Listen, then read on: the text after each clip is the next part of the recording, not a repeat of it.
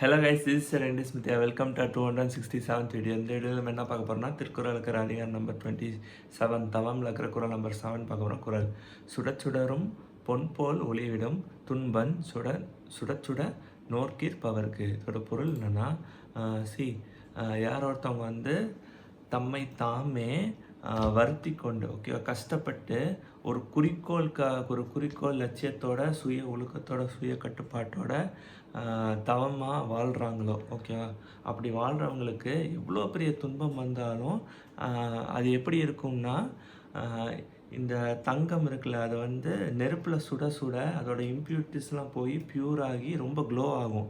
அந்த மாதிரி அவங்களோட புகழ் இருக்குல்ல, அது க்ளோ ஆகிட்டே இருக்கும்.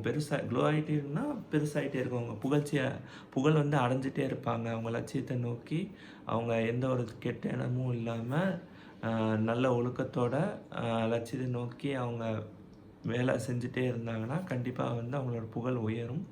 அவங்களும் நல்ல லைஃப்பில் முன்னேறுவாங்க அப்படின்னு திருவள்ளுவர் சொல்கிறார். நன்றி.